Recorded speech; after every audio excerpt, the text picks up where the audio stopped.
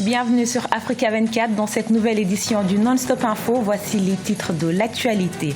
La publication d'un rapport encombrant pour le président Jacob Zuma choque l'Afrique du Sud. Un document qui met en cause le président Jacob Zuma et certains de ses ministres. Au Bénin, Sébastien Ajavon est toujours en garde à vue pour trafic de drogue. Quelle suite pour l'affaire de l'ancien candidat à la présidentielle? Élément de réponse dans ce journal. Et puis le Sénat nigérian rejette un plan budgétaire du président Mahamadou Buhari d'un montant de 30 milliards de dollars.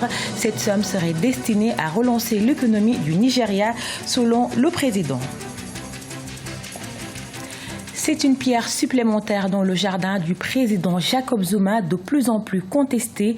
Le président sud-africain est accusé dans un document officiel publié ce mercredi d'avoir été influencé par une famille d'hommes d'affaires. En réaction à la publication de ce rapport, l'opposition appelle à la démission du président Corinne Kamdem. Le rapport Gupta serait-il le scandale de trop pour Jacob Zuma ? La justice sud-africaine a ordonné mercredi 2 octobre la publication du rapport d'enquête de l'ancienne médiatrice de la République, Thuli Madonsela, contenant de graves révélations sur le chef de l'État sud-africain. Dans son rapport, elle recommande qu'une enquête sur des crimes de corruption qui auraient pu être commis par le président Jacob Zuma, en poste depuis 2009, soit ouverte dans les 30 jours. Quand vous lisez le rapport d'Eskom au Gupta, vous vous rendez compte que les ressources sud-africaines ont été confisquées par quelques individus au profit de certains. Le rapport vise particulièrement la puissante famille indienne Gupta, qui sera entre autres accusée d'être intervenue auprès du chef de l'État pour la nomination de ministres et de dirigeants d'entreprises publiques. Dans l'immédiat, l'opposition sud-africaine envisage de déposer une motion de censure le 10 novembre pour exiger le départ de Jacob Zuma, dont le mandat prend fin en 2019. Ce n'est pas la première histoire de scandale qui éclate depuis le début de cette mandature de Zuma, et qu'aujourd'hui il y a une certaine frustration au niveau de la population, au niveau de la classe politique, de l'opposition, mais surtout au niveau de son propre camp, l'ANC. Que cette motion de censure aboutisse ou pas dépendra de l'énergie que l'opposition, dépendra de l'énergie que la société civile mettra dans la conduite de cette demande-là. En avril 2016, l'opposition avait déjà déposé une motion de censure qui s'est soldée par un échec contre le président Jacob Zuma. Étant donné que le soutien dont il jouit au sein de son parti, l'ANC, commence à s'effriter, quelles seraient les chances de cette nouvelle motion d'aboutir ?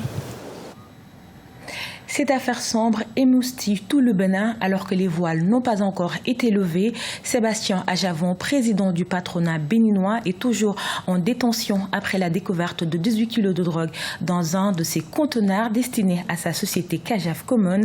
La situation devrait évoluer ce vendredi puisque la garde à vue doit prendre fin ce jour. Siam Le Victoria Sedji, Franck Nodofina.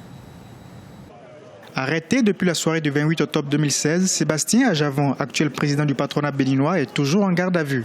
Une situation qui déchaîne les passions et soulève des foules. Plusieurs acteurs politiques et membres de la société civile montent au créneau pour dénoncer une détention arbitraire au soubassement politique. En fait, M. Ajavon ne pouvait pas être incarcéré aussi rapidement et de façon aussi rocambolesque. Nous disons, il y a la structure qui se charge donc de ces genres d'investigation qui n'a pas été mise au courant, qui n'a pas été appelée pour les investigations. Ça pose déjà un certain nombre de problèmes. Sébastien Ajavon serait-il victime d'un complot ? Beaucoup d'acteurs politiques le pensent et dénoncent même un acharnement contre le candidat arrivé 3e à la dernière élection présidentielle et dont le poids politique dérangerait beaucoup d'intérêts. Depuis, les demandes de relax se multiplient. Après son arrestation, plusieurs manifestations se sont déroulées dans différentes villes du pays pour réclamer la libération du président du patronat béninois. Je n'ai jamais vu au Bénin. Je vais inviter les autorités de ne pas sacrifier la population à cause de leurs affaires. Nous, on a vu plus que ça. Une affaire qui a été un peu triste pour nous depuis le vendredi passé. Vous savez, la nouvelle est tombée, ça nous a donné un peu de l'insomnie. Et le vin est tiré, on l'a arrêté, il a été arrêté. Et franchement parlant, ça nous a tellement touchés. Nous ne souhaiterons pas voir le président Ajavon en prison parce que moi je vois que ça va bousiller le pays. Ouais, non, et que les Béninois aiment la paix. Cette affaire n'honore pas du tout les Béninois. Vu ce que ça donne maintenant depuis le jour de l'arrestation, ça fait... On ne trouve que des désordres.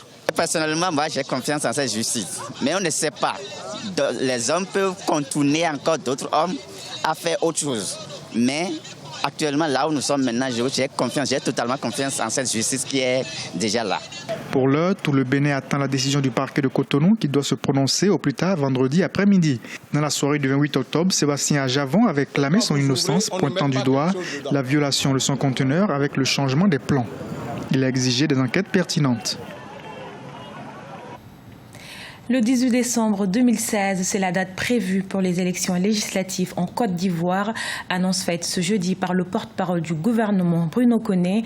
Plus de 6,4 millions d'électeurs seront à nouveau appelés aux urnes pour élire leurs 250 députés. Les législatives sont à tour unique en Côte d'Ivoire, le candidat arrivant en tête étant élu député. C'est un coup dur pour le président nigérien Muhammadu Buhari. Les sénateurs refusent de donner leur approbation afin que le pays emprunte près de 30 milliards de dollars. Un prêt nécessaire selon le président qui entend avec cette enveloppe concrétiser des projets urgents visant à réduire la pauvreté. Amira Benjabala Jean-Pierre. Les sénateurs nigérians rejettent le plan budgétaire du président Muhammadu Buhari. Le chef d'État avait demandé leur accord pour que le pays sollicite des prêts extérieurs d'un montant total de 29,9 milliards de dollars. Ce prêt international, jugé nécessaire par le président au vu de la situation économique morose, devait servir à la mise en œuvre rapide de projets concrets dans plusieurs secteurs, comme les infrastructures, l'agriculture, la santé ou encore l'éducation. Le président avait fait une demande d'approbation écrite à la Chambre haute. J'aimerais souligner le fait que les projets et programmes du plan d'emprunt ont été choisis selon les évaluations économiques, techniques positives et les contributions qu'ils apporteraient au développement socio-économique du pays, y compris la création d'emplois, réduction de la pauvreté et la protection des plus vulnérables et des plus pauvres de la société nigériane. Le plan budgétaire soumis au vote a été rejeté par les sénateurs à une écrasante majorité. L'économie nigériane, dépendante à 70% de la rente pétrolière, peine à surmonter la chute du cours du baril. Récession, inflation, dévaluation du naira, pénurie de devises étrangères. Les besoins en financement du géant africain n'ont jamais été aussi importants. Sur la structuration qui est présentée par le président Buhari, il y a une partie qui est sollicitée en eurobond, une autre du concessionnel. Sur l'eurobond, je pense que les économistes aujourd'hui, même le secteur financier est unanime sur le fait que les conditions d'emprunt sur les eurobonds aujourd'hui ne sont pas forcément les meilleures. Donc je pense que la porte n'est pas fermée. De toute façon, je crois qu'il y a la possibilité de ressolliciter un vote du Sénat sur une proposition peut-être aménagée. Le déficit du budget de l'année 2016 s'élève quant à lui à environ 6 milliards de dollars. Le Nigeria a sollicité plusieurs institutions pour le financer. Seule la Banque africaine de développement lui a accordé un prêt d'1 milliard de dollars. Du 1er au 6 novembre, Lomé, la capitale togolaise, abrite le tournoi international Issa Hayatou. La première édition de cette compétition a réuni 4 pays africains avec 6 équipes en partenariat avec la fondation qui vise à promouvoir le football africain. Reportage au Togo de notre correspondante MFA Kofi. Les jeunes d'Afrique de moins de 17 ans en compétition à Lomé dans le cadre du tournoi international de la paix. 6 équipes réparties en 2 groupes de 3 venus du Bénin, du Ghana, de la Guinée équatoriale et du Togo compétissent jusqu'au 6 novembre pour remporter plusieurs trophées dont le premier est au nom du président équato-guinéen. Ce tournoi s'inscrit dans la vision des hommes de paix comme le président Obiang Nguema dont le trophée du vainqueur porte le nom et le trophée de l'équipe Fair Play du docteur Issa Hayatou, qui en est l'invité spécial, l'ancien président de la FIFA, président de la CAF. Nous sommes au Togo, un pays qui a bien voulu accepter que les jeunes Africains se retrouvent ici pour jouer ce trophée qui porte le nom du président Obiang Nguema.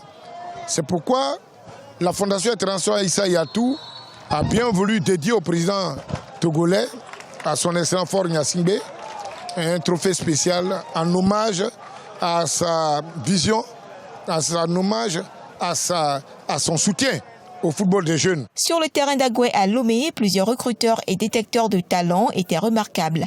On prend soin d'identifier les jeunes talents du football qui font bonne impression. Les joueurs que je vais noter, qu'on va en même temps on va regarder par les images et on va rentrer en contact avec leur sélection, on va discuter avec eux, on va parler avec eux et donc premier pas, donc amener ces joueurs-là en Europe et passer des tests. Ils vont y aller pour 3 semaines à un mois.